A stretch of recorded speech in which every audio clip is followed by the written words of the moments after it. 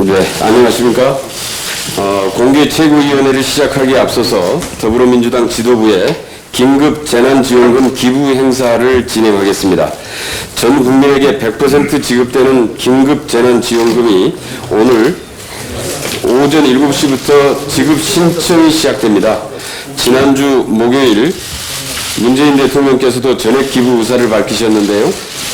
더불어민주당 지도부는 국민생활 안정과 경제 회복에 필요한 곳에 쓰이도록 전액 기부에 동참하고자 합니다. 오늘부터 긴급 재난지원금이 신청이 시작이 되는데요. 재난지원금에는 기부도 소비도 할 수 있습니다. 기부와 소비 모두 충분한 의미가 있다는 말씀 드립니다. 기부 신청 방식은 지원금 신청 시 거부 의사를 표시하거나 지원금 신청 수령 후 기부를 하셔도 되고요. 그 다음에 3개월 내에 지원금 미신청 시에는 자동으로 기부로 간주가 됩니다. 총 3가지 방법이 있다는 것을 안내해 드리겠습니다. 그럼 먼저 지도부께서는 앞에 놓인 기부 서약서에 서명을 해 주시기 바랍니다.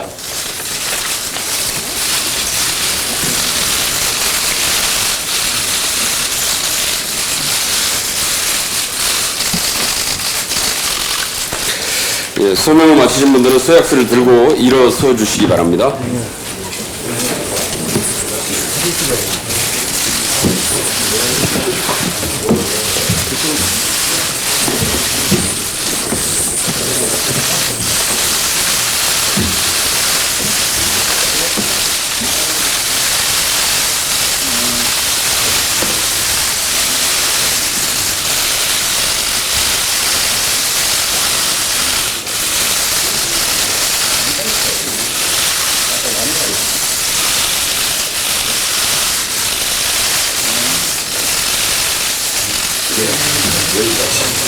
앉아주시고,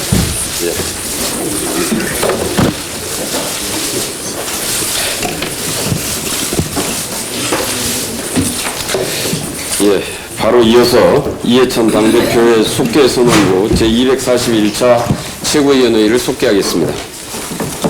제241차 최고위원회를 속개하겠습니다. 이해찬 당대표의 발언이 있겠습니다.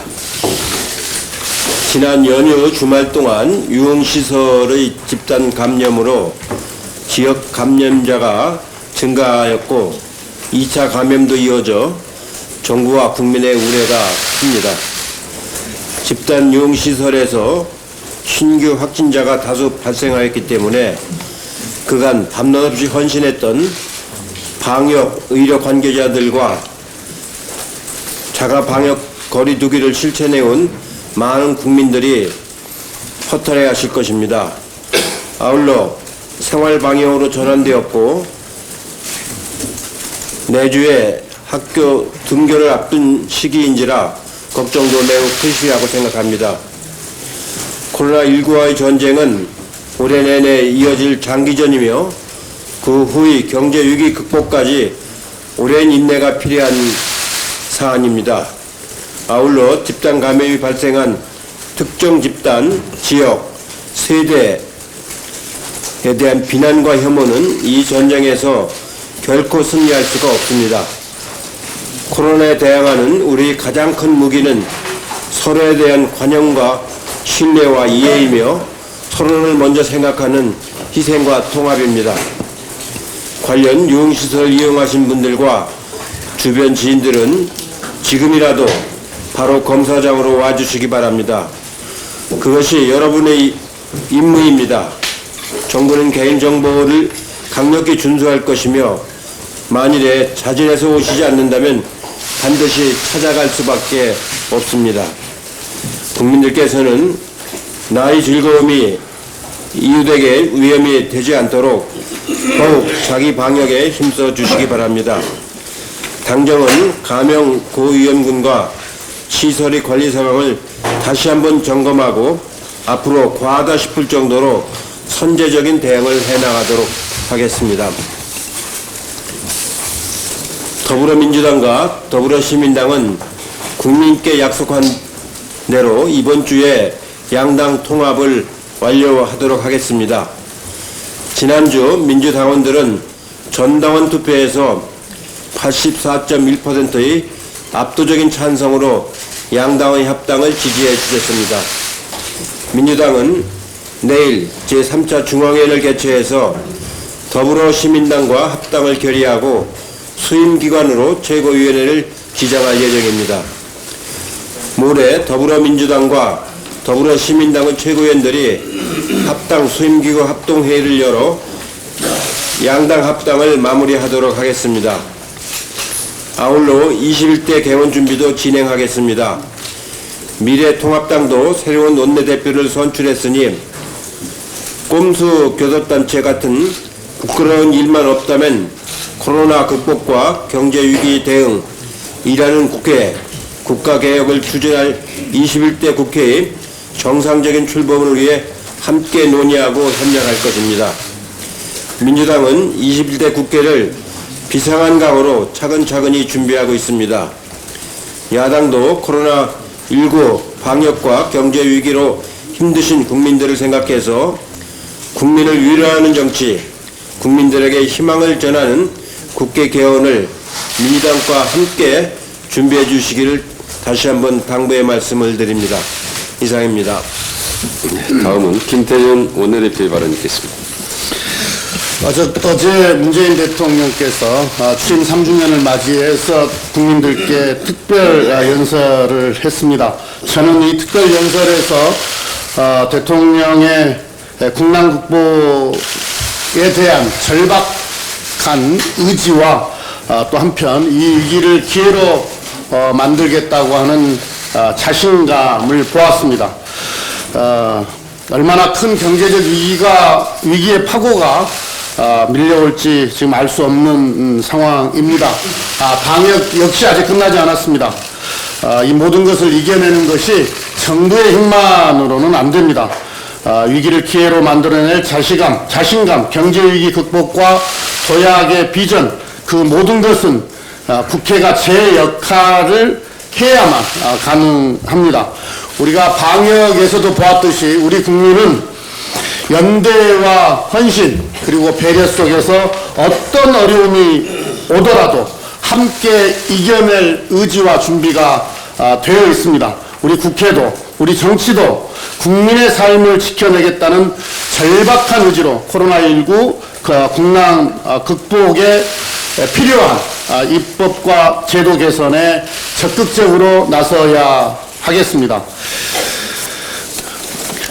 저희 민주당은 이 코로나 방역과 경제위기 극복을 위한 입법에 곧바로 나서겠습니다. 21대 국회까지 기다릴 시간이 없습니다.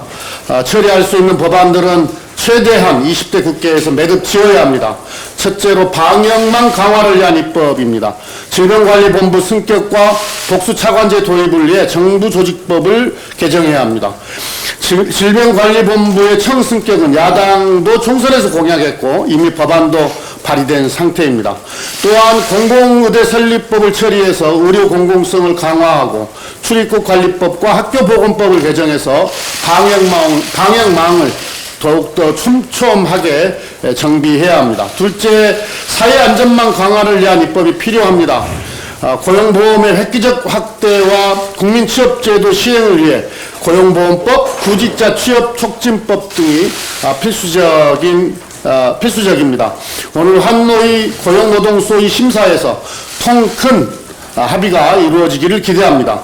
셋째, 재난안전법을 통과시켜서 피해를 입은 기업과 소상공인에게 신속한 금융 지원을 해야 합니다. 야당과 적극 소통하겠습니다. 적극적으로 협의하겠습니다. 우리 야당도 이 국난 극복을 위해서 또 세계를 선도하는 대한민국으로 나아가는 데 있어서 함께 해 주시기를 부탁드립니다. 아울러서 20대 국회에 밀린 숙제를 21대로 넘겨서는 안 되겠습니다. 20대 국회에 남은 시간 하나라도 더 많은 법안들을 처리하기 위해 여야가 논의의 속도를 내야 되겠습니다. 디지털 성범죄를 근절하기 위한 입법은 20대 국회가 끝내야 합니다. 성범죄 소멸시효를 연장하고 불법 촬영물 삭제를 의무화하는 등 하나하나가 꼭 필요한 법안들입니다. 세무사법, 교원노조법 등 헌법 불합치 판정을 받아놓고도 개정 기한을 넘겨버린 법안들도 더는 외면할 수가 없습니다. 총선에서 여야가 약속한 4.3 특별법, 또 김무성 의원의 중재로 여야 간사 간의 합의가 이루어진 형제복지원 과거사법도 20대 국회가 매듭 지어야 할 숙제입니다. 실타래처럼 엉켜 있는 것 같지만 여야가 소통하고 또 충분히 협의한다면 어렵지 않게 풀 수 있는 법안들이라고 생각합니다. 야당도 저희의 마음과 다르지 않을 거라고 믿습니다. 20대 국회가 미뤄두었던 민생 법안들이 국민 품으로 갈 수 있도록 함께 여야가 함께 힘을 모을 마지막 기회를 놓쳐서는 안 되겠다는 당부의 말씀을 드립니다. 네, 다음은 박주민 최고위원의 발언 있겠습니다. 예, 아까 이해찬 당대표님께서도 말씀하셨지만 최근 이태원 한 클럽을 통해서 코로나19가 다시 좀 확산되는 것 아닌가라는 우려가 있습니다. 다시 좀 긴장의 끈을 붙잡고 경계를 좀 해야 될 것 같다는 생각이 듭니다. 한 가지 더 말씀드릴 것은 대표님께서도 말씀하셨지만 특정 지역이나 특정 커뮤니티에 대한 과도한 비난, 혐오, 차별은 자제되어야 될 것 같습니다. 이미 정세균 국무총리도 특정 커뮤니티에 대한 비난이 방역의 관점에서도 역시 도움이 되지 않는다라고 강조한 바 있습니다. 언론인 여러분들께서도 이 부분은 좀 신경을 써주셨으면 좋겠습니다. 사회적인 혐오나 인권 침해 이런 것들이 좀 발생하지 않으면서도 저희들이 코로나19를 극복해 왔다는 것 꼭 기억해 주셨으면 좋겠습니다. 어제가 문재인 대통령님 취임 3주년이었는데요. 여러 가지 말씀을 하셨습니다. 그중에 두 가지 과제에 좀 역량을 집중할 필요가 있다고 생각합니다. 우선은 코로나19로 인한 경제 위기를 극복하기 위해서 모든 정부나 국회, 민간 모두가 좀 함께 힘을 냈으면 좋겠다는 생각이 들고요. 그 중에서 고용의 문제를 좀 해결하는 데 힘을 좀 많이 모았으면 좋겠습니다. 아시다시피 우리 고용의 보장 측면에서 강조되었던 고용보험의 경우 보면은 비정규직과 정규직 간의 격차가 굉장히 큽니다. 이런 부분도 좀 없애야 될 것이고요. 고용보험의 사각지대도 줄여야 할 것입니다. 그런 의미에서 고용보험의 보편성을 강화하기 위한 기초를 좀 차근차근 마련해 갈 수 있었으면 좋겠습니다. 둘째로는 국민분들께서 강력하게 요구하여 오셨던 개혁도 지속돼야 되는데 특히 검찰개혁, 경찰개혁, 국정원개혁, 법원개혁 등 개혁 과제들을 멈추지 않고 진행해야 되겠다고 생각하고 있습니다. 검경 수사권 조정이나 공수처 설치는 진행됐지만 특히 경찰 관련된 부분은 20대 국회 때 아직 진행되지 않았기 때문에 경찰 개혁도 본격적으로 착수해야 될 것 같고요. 국정원 개혁이나 법원 개혁 역시 좀 제도적인 틀로서 완성을 보아야 될 것이라고 생각합니다. 지난 총선에서 국민 여러분들께서 우리 당에 힘을 좀 많이 실어주셨던 것은 이런 개혁을 제대로 좀 추진하라는 의미도 있었을 것이라고 생각됩니다. 개혁 과제들 충실히 완수해 나가도록 노력하겠다는 말씀 드리겠습니다. 이상입니다. 네, 이어서 박광훈 최고위원의 발언이었습니다. 네, 문재인 대통령 어제 취임 3주년 특별연설의 방향과 철학과 의지에 대해 많은 국민들께서 공감하고 계십니다. 경제, 산업, 사회, 의료, 교육, 환경, 문화 등 우리 사회 모든 분야에서 패러다임의 대전환을 이룩하고 포스트 코로나 시대를 선도해 나가겠다는 의지를 분명히 한 것에 대해서 높이 평가합니다. 이를 위해서 한국판 뉴딜을 추진하겠다고 하셨습니다. 핵심은 혁신적 신산업의 육성과 그를 통한 고용 창출, 그리고 국민의 기본적 삶의 조건을 국가가 적극적으로 책임지는 사회보장제도의 혁신이라고 할 수 있을 겁니다. 특히 전국민 고용보험제도의 기초를 다지겠다는 의지를 밝힌 것은 매우 중요한 의미를 갖는다고 봅니다. 이제 더불어민주당은 전국민 고용보험제도의 기초를 다지고 단계적 도입을 위해서 너무 늦지 않도록 앞당기기 위해서 모든 노력을 다할 것입니다. 국민 의견 수렴을 통해서 사회적 합의 도출을 위해 노력하고 국회 논의 활성화를 거쳐서 정교한 제도의 설계를 완성하도록 하겠습니다. 모든 국민이 참여하고 누구나 혜택을 받는다는 믿음, 내가 아니더라도 내 가족이 혜택을 받는다는 확신, 이것을 주는 것이 매우 중요하다고 봅니다. 특히 자영업자의 참여에 대한 우려가 있고 재정 건전성을 미리 걱정하는 우려가 있는 것으로 알고 있습니다. 코로나 바이러스의 내습은 누구나 피해자가 될 수 있다는 엄연한 현실을 확인시켜줬습니다. 대기업 종소자금, 중소기업 종사자금, 특히 중소상인과 자영업자가 더 먼저 더 큰 피해자가 된다는 사실을 확인시켜줬습니다. 코로나는 전쟁보다 더한 전쟁입니다. 사실 진짜 전쟁은 이제부터 시작입니다. 2차 대전 이후 인류가 고안하고 구축하고 정착시킨 모든 제도와 관행, 예를 들어서 운송, 교역, 의료, 교육, 관광, 거래, 거의 모든 인류의 생활과 제도가 정지되거나 무력화되거나 무용지물이 된 사실을 우리는 보고 충격을 받았습니다. 완전히 다른 인식과 다른 자세로 접근하라는 것이 코로나가 주는 교훈입니다. 지금까지의 문법으로 우리의 사회 안전망을 접근한다면 우리는 성공하기 어려울 것입니다. 대한민국이라는 공동체와 인류 사회를 안전하게, 안정적으로 지속시키기 위한 새로운 틀이 필요하고, 그 새로운 틀 가운데 하나가 전국민 고용보험제도일 것입니다. 다만 이것은 기초를 다지고 단계적으로 도입한다는 것이 꼭 전제돼야 할 것입니다. 세계사적으로도 고용, 의료, 교육, 복지에 대한 혁신적 투자는 경제 위기 극복과 성장의 핵심 수단으로 추진되어 왔습니다.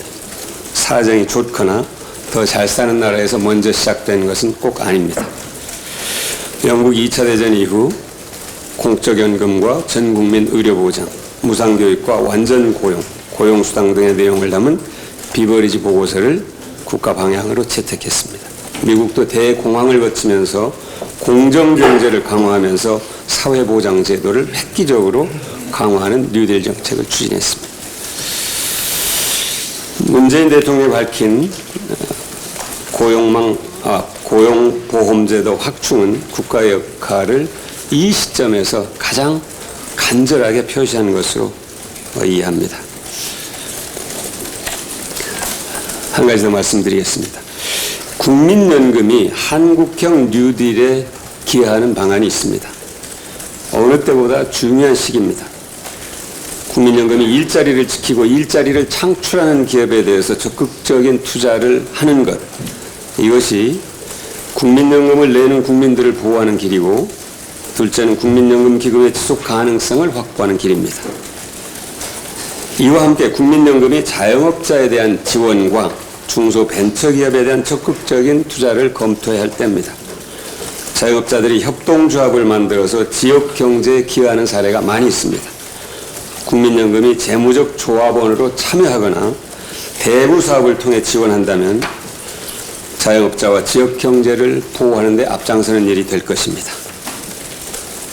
이 역시 자영업자들이 국민연금을 안정적으로 납부하면서 국민연금의 지속 가능성을 높이는 방법이기도 합니다. 또 하나는 중소벤처기업에 대한 투자 방법을 획기적으로 전환할 때입니다.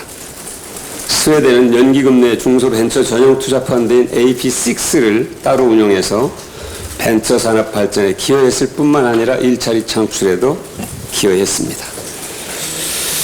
4조 3천억 수준으로 운영됐던 이 펀드는 2008년 운용 수익률이 9.6%였습니다. 기금 안정성에도 주도적 역할을 했습니다. 스웨덴과 같이 국민연금이 국내 중소벤처기업에 적극적으로 투자하는 것은 기술 혁신, 중소벤처기업 육성, 또 좋은 일자리 창출, 동시에 국민연금의 지속 가능성을 확보하는 일석사조의 방안이 될 수 있다는 점을 말씀드립니다. 국민연금이 한국판 뉴딜에 의미 있는 참여를 하실 것을 권합니다. 서른 최고위원의 발언 있겠습니다. 방위비 분담금 협상에서 미국이 1조 5천억이 넘는 분담금을 요구했다는 언론 보도가 있었습니다. 우리 측은 작년 인상률 8.2%보다 큰 규모인 13% 인상률을 제안했다고 합니다. 그럼에도 미국은 우리 안을 거부하고 무려 50%가 넘는 인상률을 제시했습니다. 미국이 동맹국을 상대로 대단히 무리한 요구를 하고 있는 것입니다. 원칙적으로 주한미군의 운영 유지비는 모두 미국이 부담해야 합니다. 한미 주둔군 지휘협정 소파 제5조에는 한국이 시설과 부지를 무상으로 미국에게 제공하는 대신 미국이 주한미군 유지에 따르는 모든 경비를 부담하는 것으로 명시되어 있습니다. 방위비 분담금 협상이 한미 주둔군 지휘협정의 예외 조치로 진행되는 만큼 우리 국민에게 큰 재정적 부담을 지어서는 안 됩니다. 이미 지원해왔던 액수도 주한미군의 안정적 주둔을 위한 예외적 지원이었으며 이미 최대치입니다. 주한미군이 75년간 한국 시설 및 부지를 무상으로 사용해왔고 각종 세금과 공공요금을 면제 할인받는 특혜를 누려왔다는 점을 감안해야 합니다. 지금까지 미국은 방위비 분담금의 불법 전용과 미집행, 이자소득 수취 등 이에 대해 국회에 제대로 된 해명 한 번 한 적 없습니다. 그러놓고 이번에 1조 5천억이 넘는 분담금을 요구하는 것은 평등한 동맹의 자세가 아닙니다. 미국은 당장 50% 넘는 인상 요구를 철회해야 합니다. 진정한 동맹은 주권 존중과 호혜 평등의 자세에서 시작되는 것이라는 점을 명심해야 할 것입니다. 이상입니다. 김혜영 최고위원의 발언 있겠습니다. 오늘부터 일반 국민을 대상으로 긴급재난지원금 신청이 시작됩니다. 오부제를 적용해 혼선을 최소화하고 국민들께서 원활하게 지원금을 수급할 수 있도록 노력해 가겠습니다. 정부는 비상경제회의에서 긴급고용안정지원금으로 특수고용직 등 고용보험 미대생자 93만 명에게 지원금을 지급하기로 결정했습니다. 더불어민주당은 고용안전망 수준을 높여서 국민의 삶을 실직과 생계 위협으로부터 지키고 코로나 위기를 계기로 고용안전망을 더욱 튼튼하게 구축해 나가겠습니다. 문재인 대통령께서 취임 3주년 연설에서 밝힌 고용보험의 획기적 확대는 중장기 과제인 동시에 재원 마련이라는 과제를 안고 있습니다. 고용보험 보호를 받지 못하는 저소득층과 청년이 구직활동을 하는 동안 국가가 일정 기간 수당을 지급하는 국민취업 지원제도 또한 국회에 계류되어 있는 상태입니다. 정부와 국회가 함께 심도 있는 논의를 거쳐 재원 마련 방안을 강구하고 사회적 합의를 만들어 가야 할 것입니다. 더불어민주당은 집권 여당으로서 우리 사회의 약자를 보호하는 안전망을 획기적으로 개선하기 위해 광범위한 논의와 치밀한 준비를 이어나가겠습니다. 이상입니다. 남인순 최고위원의 발언 있겠습니다. 네, 포스트 코로나에 대비한 질병관리청 승격과 보건복지부 복수차관제 도입, 또 감염병 전문병원 설립 등은 더불어민주당의 총선 공약으로 대통령께서 조직 개편을 공식한 것을 진심으로 환영합니다. 우리 당은 정보조직법 개정을 비롯해서 국회 차원에서 적극적으로 뒷받침할 것입니다. 2015년 메르스 사태 이후에 질병관리본부의 차관급 격상, 긴급상황센터 설치 등 감염병 대응 역량 강화를 위한 여러 조치들이 취해졌지만 신종 감염병이 코로나19 위기를 겪으면서 감염병 대응 조직과 체계를 더욱 강화해야 한다는 국민적 목소리가 높아졌습니다. 범정부적인 감염병 대응을 총괄하는 보건복지부 경우에 가중한 업무량 등에도 불구하고 복수 차관 및 감염병 전담 조직이 부재한 상황이며 특히 방역 컨트롤타워인 질병관리본부의 경우에는 본부장이 행정과 방역을 모두 총괄함에 따라서 긴급 상황에 대한 그 대처에 일정한 한계를 노정하고 있습니다.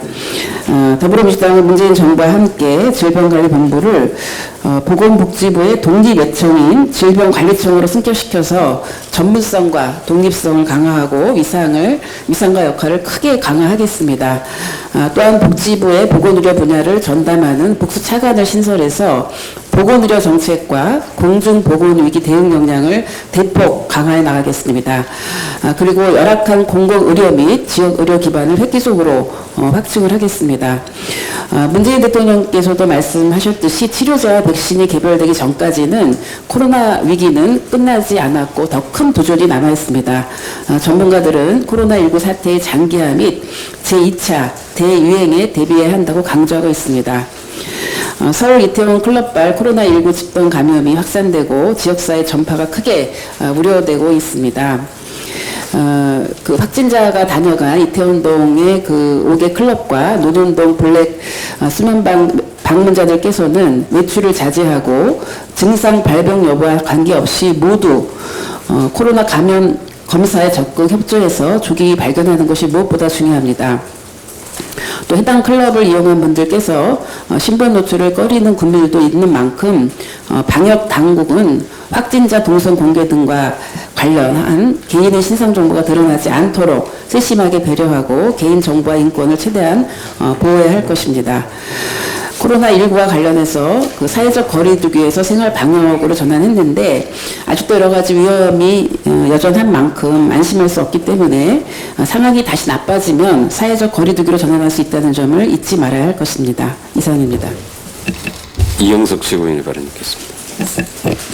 예, 몇 분의 최고님도 언급이 있었습니다만 어제 문재인 대통령께서 취임 3주년을 맞이했습니다. 문 대통령님의 지난 3년은 촛불혁명 이후 나라다운 나라를 만들기 위한 긴 여정이었다고 봅니다. 특히 코로나19의 국난 속에서도 세계적 찬사를 받은 방역 시스템 등으로 국격을 한층 높여주신 데 대해서 박수를 보냅니다. 문재인 대통령은 취임 3주년 특별연설을 통해 포스트 코로나 시대의 구상으로 선도형 경제, 고용 안정망 강화, 일자리 창출을 위한 한국판 뉴딜, 인간 안보 등 4대 비전을 제시했습니다. 코로나19 이후 경제 위기를 기회로 전환하기 위한 매우 시적절한 대책이라고 판단이 됩니다.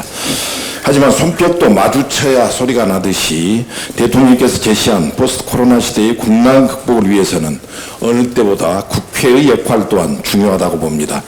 국회가 법과 제도를 정비해 국민의 삶을 지켜내야 합니다.